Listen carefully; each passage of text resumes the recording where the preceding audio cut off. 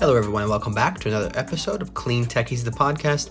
This is Season 2, Episode 13, or if you're counting from the beginning, Episode 25. As always, please do like, subscribe, and give a review for the podcast so we can help grow the show and share what's going on. Quick reminder as well that this show is sponsored and made possible by NextWave Partners. NextWave is passionate about working with people and organizations to drive the transition towards a sustainable and innovative future. NextWave Partners creates opportunities and shapes markets globally by providing elite human capital solutions. So if you're looking to grow your career, looking to grow your team, either way, please reach out to NextWave Partners. You can reach out to them a couple different ways. You can reach out to them directly by email at info@next-wavepartners.com.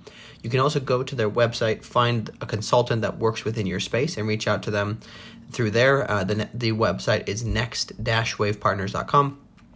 As well, I want to make mention to our other sponsor, Tigo Energy. Tigo, we hear from more at the end of the show, but we're very happy that they're helping us to make this possible. So with that, let's get into today's episode. Today's episode was with Edi Demaj, co-founder of KODE Labs out of Detroit. Very interesting conversation with Edi. We discussed several topics around the smart building space and technology in general and kind of just climate change. And I think the two most interesting things in this conversation were mainly, at least to me, the increase of building value through creating an eco-friendly and smart building. When you kind of implement those processes into your building, the valuation aspect of those buildings and kind of what the lease values end up being, that was very interesting to me. We also talked a lot about the idea of transparency in the space of prop tech technologies. I think it's just very interesting, kind of the evolution that has gone through. So Edi was able to help us understand a lot about the space. A very interesting conversation in general. Very excited to bring this to you. So with that, let's get into the show.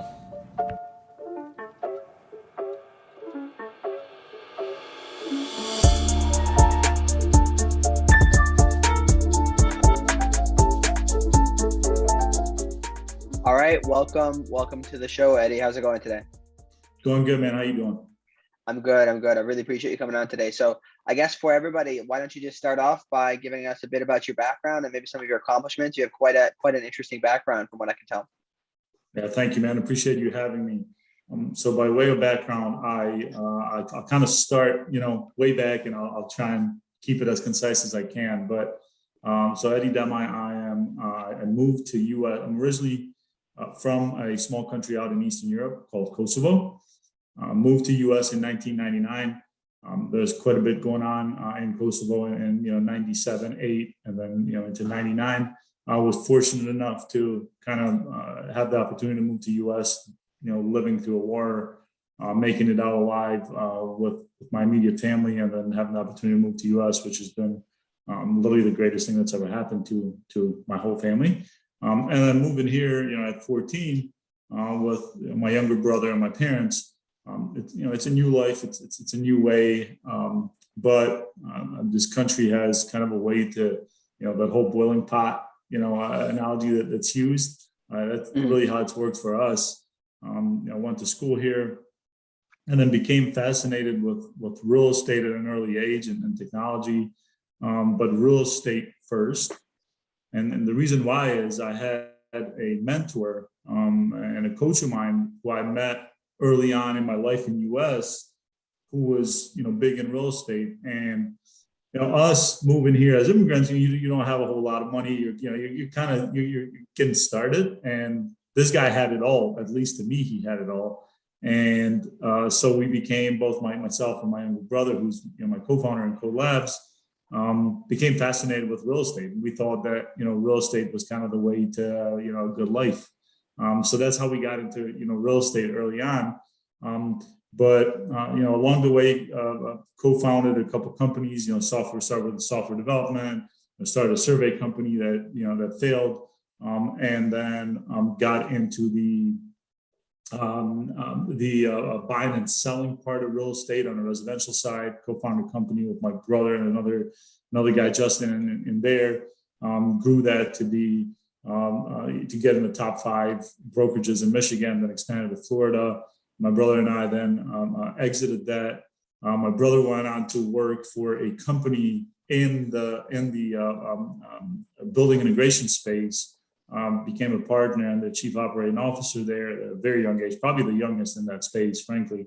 And I went on to work for one of the large real estate companies that was getting started in Detroit, founded by Dan Gilbert, who's the founder, chairman of Rocket Mortgage, Quicken Loans, and Cleveland Cavaliers, and so on. So I went out there and worked there, and talk about real estate learning on the fly.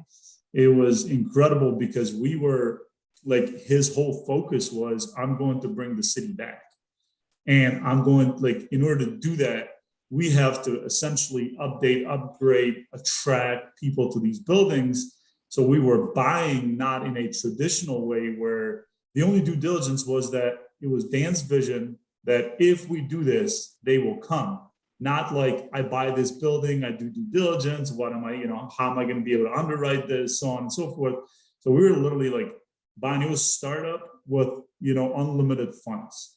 So we were buying and, pouring billions of dollars into the city, buying these buildings, updating, upgrading them, pitching them, then businesses started to move there. So did a ton, in that space. And along the way, co-founded a company by the name of Rocket Fiber, which was, the idea was we wanted to start by upgrading the city infrastructure, tech infrastructure in Detroit, and then expanding from there. And he was inspired by what Google Fiber was doing, out in Kansas City, and then kind of expanded to a couple other cities. So myself and two other guys, Mark and Randy, pitched that to anybody that would listen to us. Worked on that, after our regular jobs, and finally got in front of Dan and pitched him on it, and then ended up raising what literally was probably still to date the biggest seed funding, almost $32 million, just like right off the bat. And with just an idea, like a pitch. We had nothing because it was an infrastructure play. Like, we hadn't built anything. We just put a plan and, all these things that we worked on a bunch of due diligence. So anyway, raised that and started building that company in 2014. Worked that for about 6 years. Grew it beyond Detroit, had plants literally all over the U.S. And then exited in 2020 to a company by the name of Everstream, which is owned by Amp Capital, one of the big PE firms in the world on the infrastructure side. But we did a lot of like smart city stuff there. We're getting into buildings, figuring out how buildings get connected. How do you lay out an infrastructure that allows for all these things that I'm sure we'll get onto here later. So while I was doing that, my brother Etrit was, at the company I mentioned earlier. And what they were doing with that company was they would go into these buildings, look at all the different, core building systems, and figure out how do we like integrate them into, a single pane of glass, but existing single pane of glass. And they hadn't built their own. They were essentially reselling somebody else's, but where you had some room to make some tweaks on it. And obviously my brother and I were still, investing and doing a bunch of other things, on the side. So we talk about it time and again, and over time during our conversations, we always felt that there was a better way there. And the more we dove into it, both on my side from an infrastructure, networking standpoint, as well as on his side from a building systems perspective, it just seemed too crazy, too complicated. Like, how could this be in this, insanely big opportunity that things are so complicated? And then Etrit left the company that he was with around 2017, and we decided to start KODE Labs. So I'm at Rocket Fiber, we start KODE Labs. Etrit is 100% on KODE Labs. The idea with KODE was late 2017. The idea was, okay, we had a plan for what we wanted to build with regard to the core platform, and then a vision for where we wanted to take it. But you had to build, a good base platform to start. So we went there, started that company. It was, Etrit and myself that essentially kind of seeded it, and started building, recruited a team, acquired actually a software development team, brought them in, and then started building this platform with KODE Labs. And, it took us, about a year to get like a decent base. Then I've been building on top of that. And over the last, year and a half, we've been going really, really hard because the platform has gotten to a place where now we're comfortable expanding globally. And now we're, at 2020, I exited Rocket Fiber. I'm on KODE Labs now full time with Etchett and the team. And the team has grown to about I think we're like 65 team members now. We have 2 offices, one in Detroit, which is our headquarters, and then one in Kosovo, which is where we're from, and where we have part of our team. The name itself, KODE, KO, stands for Kosovo, DE stands for Detroit, because these are kind of like the 2 places that are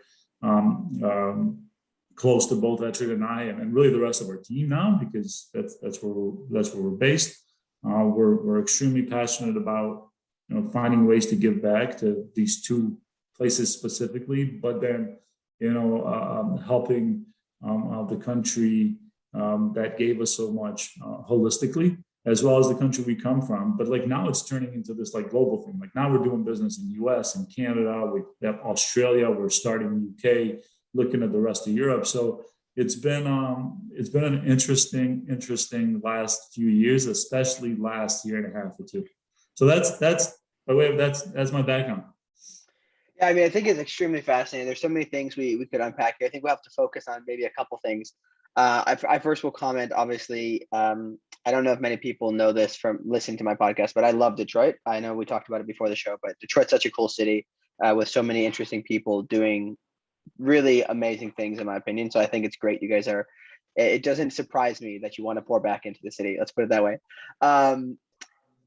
Actually, this might be a good way to take the topic here is, there's a lot of things we can unpack here with IoT and kind of the environmental emission side of buildings. Like obviously your platform, I'm assuming, kind of pulls a lot of this data together and allows people to see what's going on. But I'm curious, maybe first on the macro, what do you see is happening with cities? And I don't know if Detroit is a good example, but just want to see like how are cities transforming to become a smarter city and to just kind of build the future of cities. Yeah, I mean, there's so much there, right? I am coming from the, back with my Rocket Fiber, background, and then what we're doing with KODE Labs. There's a lot of talk about, smart cities. There's a lot of movement. I mean, frankly, now there's a lot of funds that are being allocated to that from all governments and entities right across the world. It's exciting to see, how that's being pursued. But personally, I feel that a lot of times when I'm reading about things, I feel that it gets overcomplicated quite a bit because you have a lot of people that are now jumping into the space who actually don't have the practical experience in the space. It's more of just theories. And then that has been taken advantage by some companies, especially ones that have been here for a long time, because they know the space much better than the newbies. And now there is this like, yes, we have to get smarter. Yes, we have to do this, but we have to pay $1 gazillion to do it. And while infrastructure is not cheap, coming again, like having been in that space for a while, it's definitely not cheap. It also is definitely not crazy overcomplicated. So at the end of the day, I think governmental entities do, for the most part, a horrible job of negotiating how to get their city up to par with this whole idea of like having a smart city, having the resources, having the infrastructure, so on and so forth.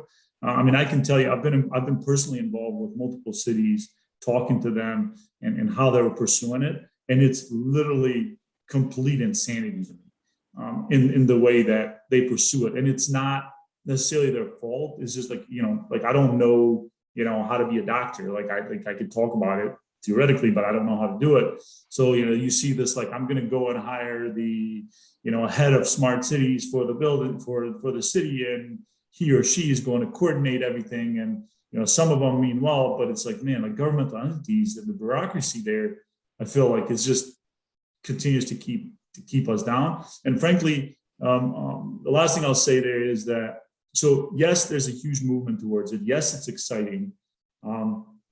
extremely overcomplicated by most, unnecessarily, in my opinion, and also the idea of like we're going to need 16 years to do this is completely in my opinion, it shouldn't be that, but it's lack of coordination between the private and the public sector, in my opinion.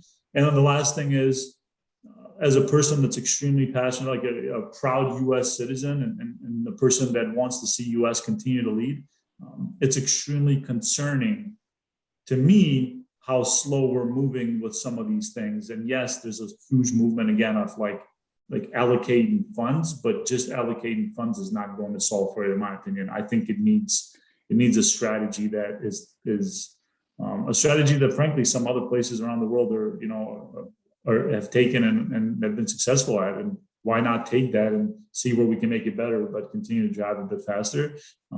I continue to believe that we will figure it out, as we always have in US. But I think we're overcomplicating it just a little bit right now. Yeah, no, I think that's a very interesting. I mean, I've talked about this several times with other people, is the relationship between the government and the private sector, right? And how we can speed that up, how we can make sure, because obviously you've been in many startups, right? You understand that the people you hire are very important, right? And I think that there just happens to be a tendency that the people who apply for government jobs are a certain type of person who's not necessarily there to probably make a huge impact. They're probably just there because it's stable, et cetera. So I think that that's something interesting, and I'd be keen. That's probably a whole nother conversation, to be honest, to talk about how that could be fixed. But maybe let's move on now a little bit more to focus on the product. So could you, just in basic terms, recap again, what is your product? Explain it like you're explaining to somebody who understands nothing about the space. Yeah, absolutely. So KODE Labs, we've built essentially an operating system for buildings and real estate portfolios that allows for integration of all systems, starting with core building systems, think HVAC, fire, lighting, your generator, your core infrastructure, and then expanding beyond that to your IoT and really any other operational software, whether you're talking or system, whether it's access, whether it's your work order system or whatnot. It's taken all of that. So this operating system we've built is a vendor agnostic open operating system that allows for integration with all these systems, plugging them into our operating system, and then having an ontology on the background where all this data that is coming into KODE OS, which is our code operating system, is structured in a way that allows for use of that data to drive both energy and sustainability goals, as well as unique experiences in these buildings for the tenants, the people that live, work, play, visit these buildings. So that's our core product. Got it. So I'm curious about how difficult has it been to create something that has the ability to have anything integrated to it, right? Because since I'm assuming there's no gold standard for these building systems. How have you been able to do that? Have you had to work with the other vendors to maybe adjust things to make that possible? I'm just curious on that process. Yeah, absolutely. Yeah, it's frankly, it's quite difficult because, again, you have a lot of companies that have been in the space for a long time. Some of the big guys who, the way they sell is that, at least traditionally, historically, has been, you need to buy everything from me, because unless you buy everything from me, it becomes very hard to kind of tie things together. And then, from a building owner perspective, you have to figure out how to make this work financially for you. So if you end up with a, fire system that's from Siemens and an HVAC that's from, Johnson and whatever else from somebody else, you now are living in multiple different places. And the cloud as a concept has just not existed until just recently in this space. Mm-hmm. So if you think of like everything that you and I do every day, really frankly lives in the cloud, right? And in this space, it's been siloed inside buildings and in basements and in different rooms and computers and all these other things, right? So when we started digging more into this, we had to kind of go, okay, what's the path of least resistance to start? that allows us to like tap into some of these buildings. And you have companies like Tritium Ag and some of these other companies who have built some, good hardware that allows for some of these systems to come in, but then it's okay, how do you take it from that to the cloud and, build your custom drivers, normalize data, all these other things. So yeah, it hasn't been easy. I will say that it's getting easier, and it is getting easier because of what happens in every industry and space. It's once startups start to like tap into the space, they think of new ways, different ways to like attack the space. And also the real estate owners and managers have gotten more educated over time. So now they're going, look, I have no issues buying from you, but I need you to be able to integrate with this, or I need you to be able to integrate with that. So we're starting to see like a movement, a change there that is helpful. I think we still have quite a bit of ways to go as an industry, but from our perspective, we knew that software could solve this issue of like, we can solve for new buildings. Great. All these companies, they're trying to build new stuff, new hardware, blah, blah, blah, blah. But the existing buildings is still the majority of the problem. And we thought that software could be the solution to that. And we still believe in that. We're seeing now, we're proving it. And, we believe that the companies that build hardware, which is a whole other thing, they're good at building the hardware. They just haven't been good at software. So now, okay, let's bridge that gap, which is what we're doing now, of taking the hardware, adding software that is really truly, on par with where we should be today. And then, those once you tie those things together, you can now use all that to drive these goals and these things that everybody is talking about, right? Again, I still think we have ways to go as an industry, but from our perspective at KODE Labs, I think we've been very successful in not just building it, but actually proving it. Like it's not stuff that we talk about, and the only way you see it is if you pay us $1 million. Like, we're happy to show it anywhere, anytime, go through the data, see exactly how it works, what we're doing, because we think the space is big enough, and we don't think that there's really anything to hide there. So that's I guess to summarize it, yes, it's been difficult. I think it's starting to get a bit easier now that we have a platform that is, in our opinion, really truly unique in driving these things. And we're going to continue to push the industry holistically to force this like idea of really truly openness. Like, to hand off an API is not a hard thing, literally on like 98% of all industries. To hand off an API in our industry is like rocket science. We don't have it. It's this way. It's that way. It's like, it doesn't need to be that. Like, building APIs has been done for decades now. Yeah, I mean, to me, the thing that interests me in this is how, obviously, you mentioned hardware companies might not have been good at software, right? But if you are open and transparent about this stuff, I think that you actually drive more demand for your product in the end, because now hardware companies can say, actually, thank you for having the software. I don't need to have it. I'll just integrate with yours. Here's our product, right?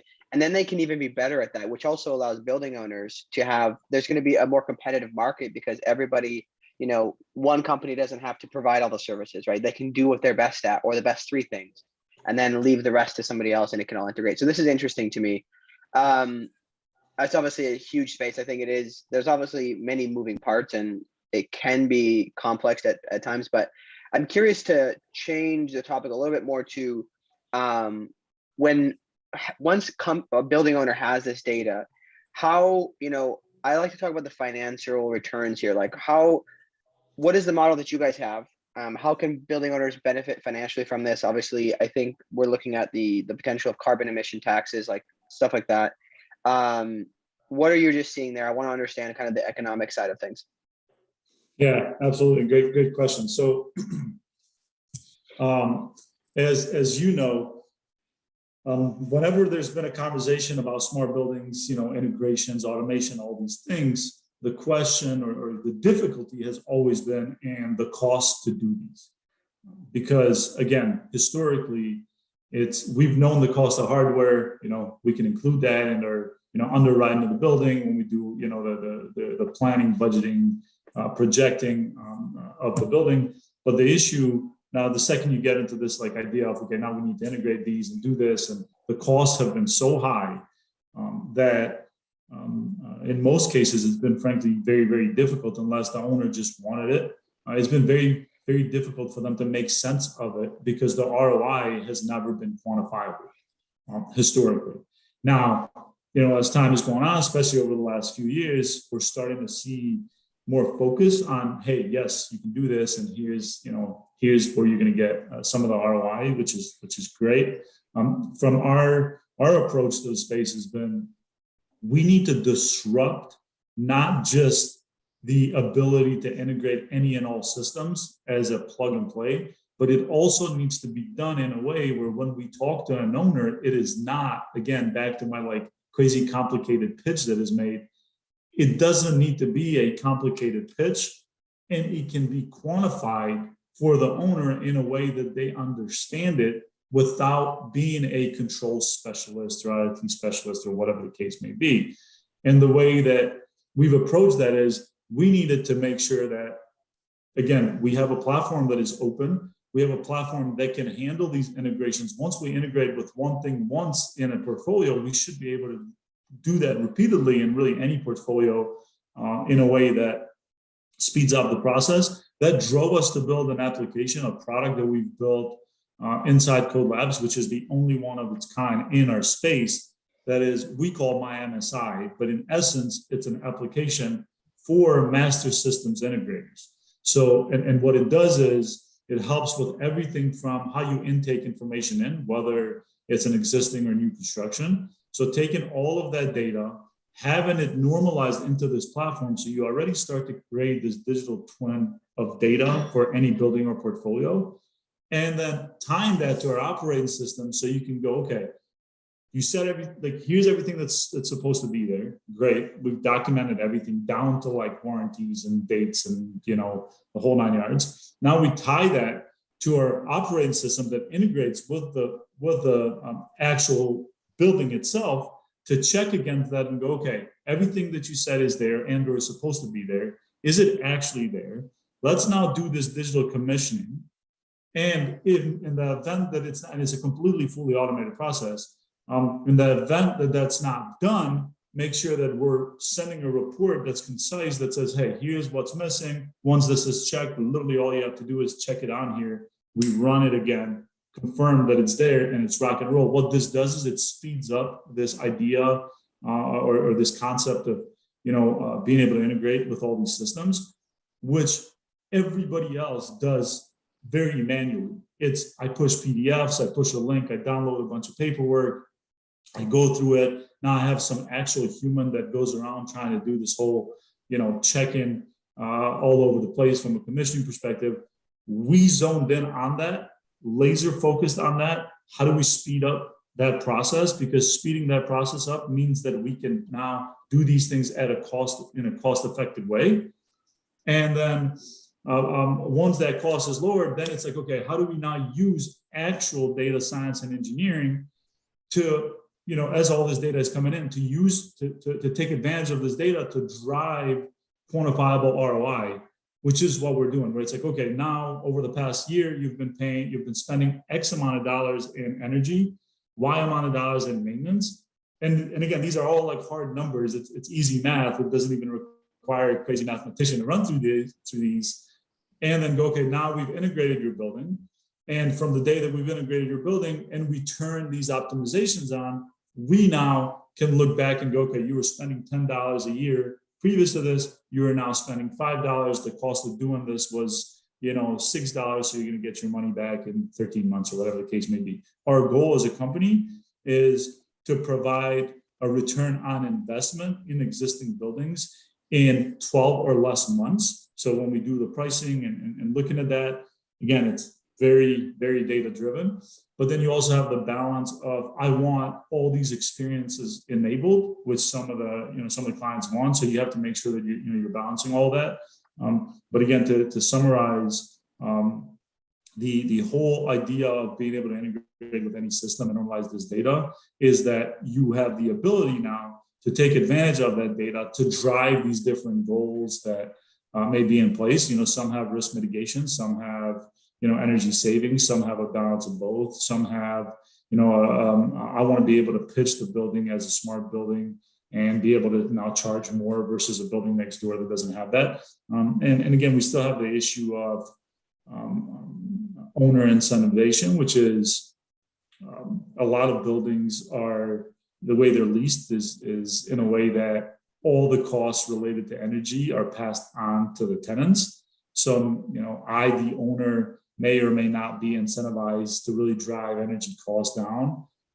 You need to give me more than just that to incentivize me, which is why we have built all these other tools on top of our operating system to do things like, hey, now your maintenance is a lot better. Now the way you operate a portfolio of 100 buildings is completely different, because literally everything is like Instagram. Everything is on your phone and you can manage it from anywhere in the world, and you don't have to run around.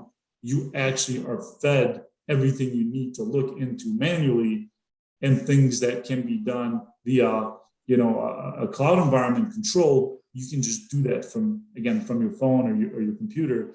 And that's been our approach. Our model is very, very simple. We deploy the tools that we have into the building, and it is based on, the number of data points and systems that are integrated into our platform. And then from there on, it's your typical SaaS model. And then the last thing I'll say on that is that in the event that in the future you say, look, KODE Labs, you've been great, but now I found somebody else that's better.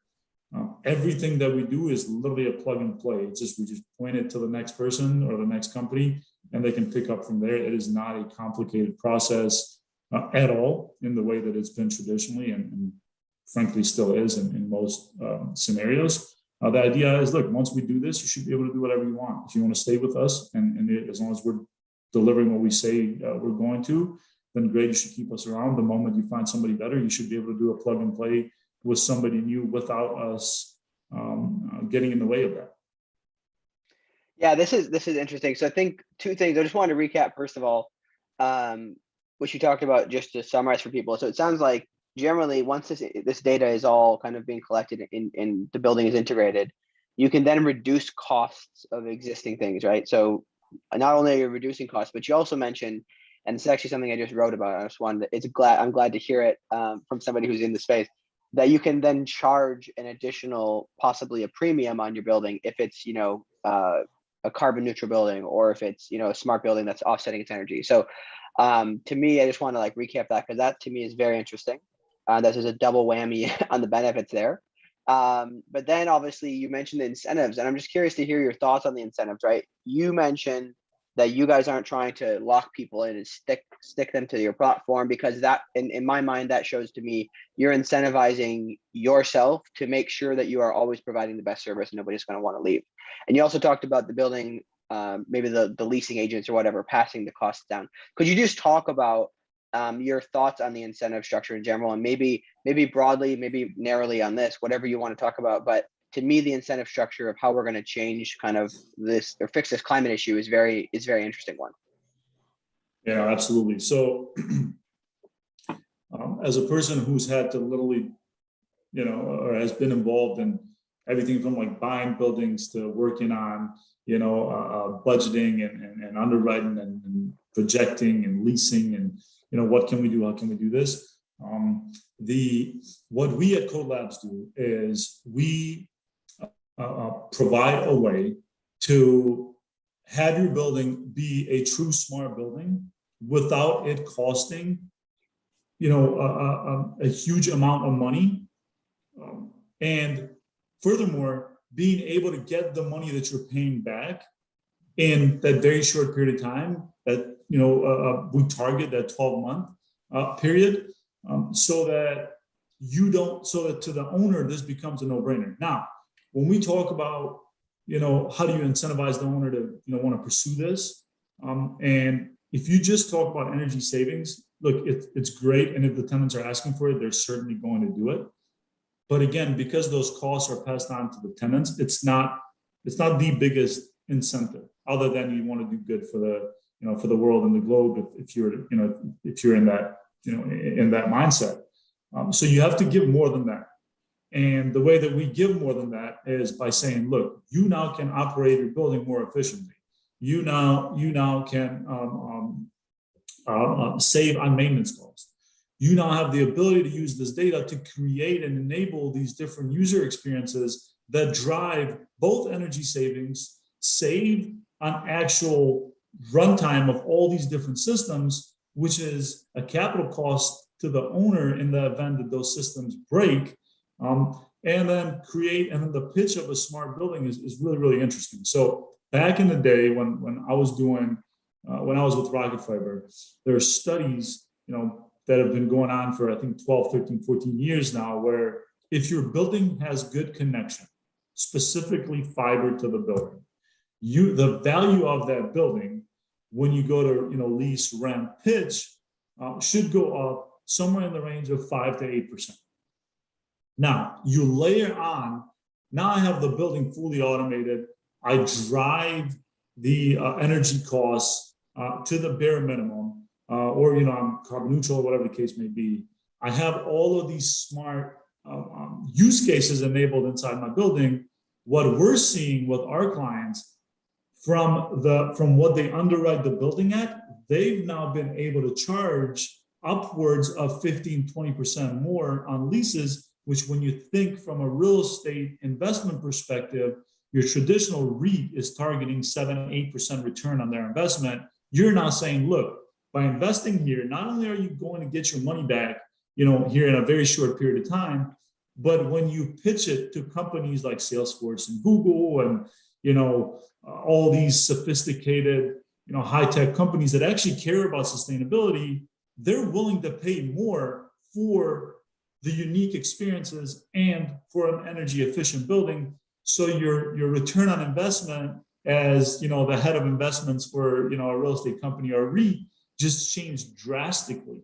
Frankly, if you care zero about automation, smart buildings, energy savings, and only care about the money, we can make that pitch too. We'll literally integrate everything. We'll help, and we do this with a lot of our clients, we'll help put these presentations in. We're now pitching with our clients when they're leasing new buildings and explaining these. And the average we're seeing with our clients is 20+% higher return compared to what the building is originally underwritten at.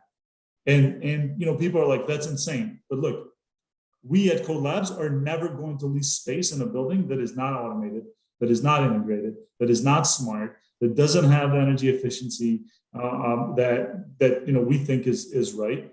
And we're willing to pay more for that. Because if you charge me more for rent, but my energy bill is lower and my CAM charges are lower, it's fine. Like the net is an extremely better experience, a better world, a cleaner world, and I'm actually not happier team members. So the net cost, I'm actually at a positive now. But this is the thing that I think the real estate space, in particular owners, managers, are still getting educated on. And frankly, the industry as a whole, because your traditional companies in our space didn't pitch it this way. They didn't pitch it this way because all they cared about forever has been, I need to sell you product. I need to sell you hardware. And then we'll patch together some software along the way. By the way, every time you need something, I'm going to make it so crazy complicated that it's going to cost you $1 gazillion and you can't go to anybody else except for me. It's a completely broken model. What we're saying is, let us integrate everything, bring everything in, completely open, traditional software in the same way you use your email or whatever else you're using on your day-to-day uses. We're going to increase your revenue in the building. We're going to decrease your operating expenses.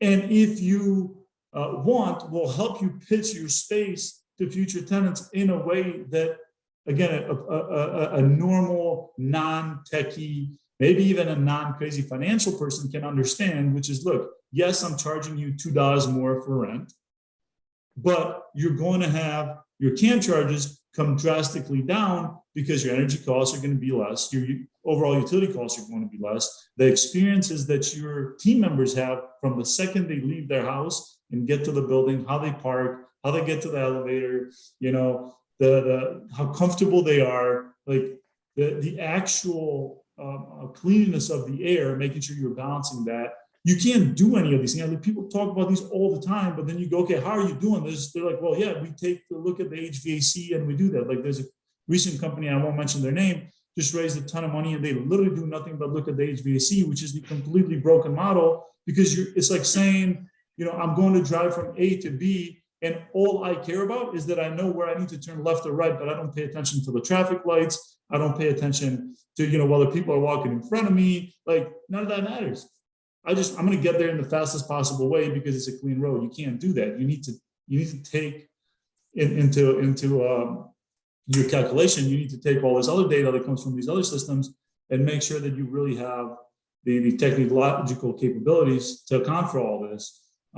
We, again, back to my, we're willing to share this. Like, this is all completely open. If you look at the structure of our team, you actually see the resources and the people that have the experiences in these areas to be able to do real true machine learning, to be able to understand data in masses. Because we've brought, the way we've structured the company is we've brought the best of the best on the software side, the best of the best on the data science side, literally the best of the best from like a building engineering and understanding real estate side. When you combine all that, you now have something that nobody else in the space has. And, it sounds maybe a bit ignorant or bullish, but again, it's really easy. Like, we're willing to show it. We're willing to talk to people. We're willing to compare it to any other system, from literally IBM to Microsoft to Google to whoever you want, to the other startups, and go, look, let's take a building. You do what you do. We do what we do. Let's see how we drive this forward. And we're strong believers that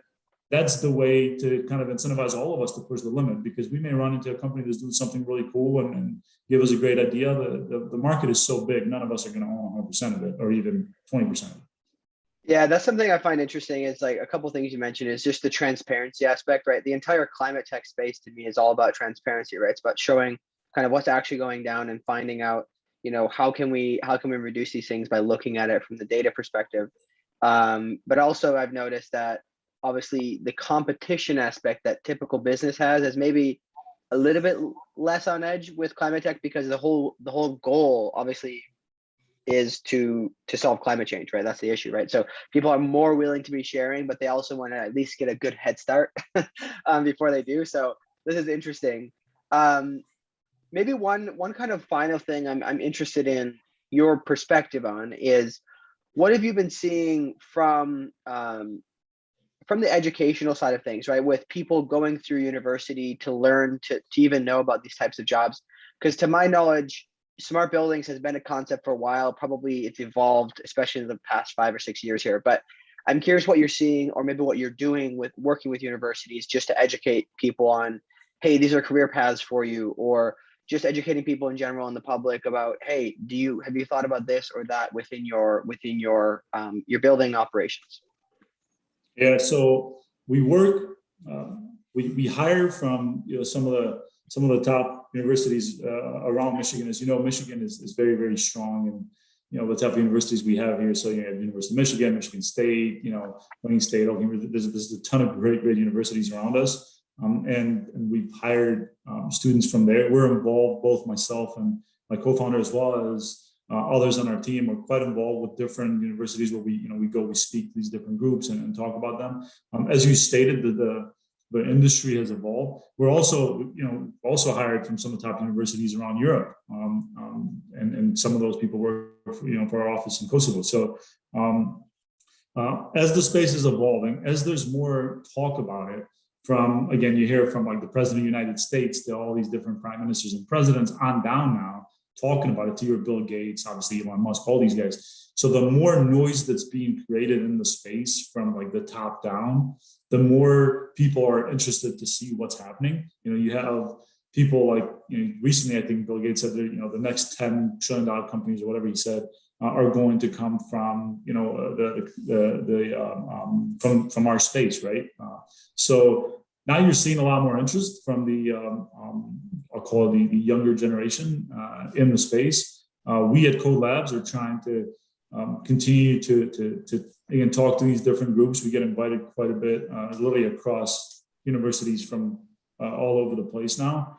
I don't think we're going to have, very soon, I don't think we're going to have a problem with people wanting, or like the talent pool, because people are very zoned in on this. And look, it's the right thing to do, right? Like we have to do this to help save the people, that come after us. It's just to like balance the universe. So I think at least what we're seeing is that more and more people are becoming interested to learn more about it. More and more people are actually looking to get in the space, and it's different sectors within the space. It's just, the hope, again, the hope is that from a national level or even a global level, we don't, because the problem, another problem here is that you have the larger companies have the money to do things like get in front of the right representatives. They have the lobbying dollars, right? So when they pitch this problem in front of, U.S. government or Canadian or wherever it may be, the pitch from them in comparison to the pitch from companies like KODE Labs, who are trying to completely do this different and actually have data to prove it, tens of millions of square feet that function in the exact same way I just spoke about here, are different. So now you're getting billions and billions of dollars allocated to things that may not necessarily be the things that are going to push this or to get us to achieve our goal in the fastest way. It'll help for sure.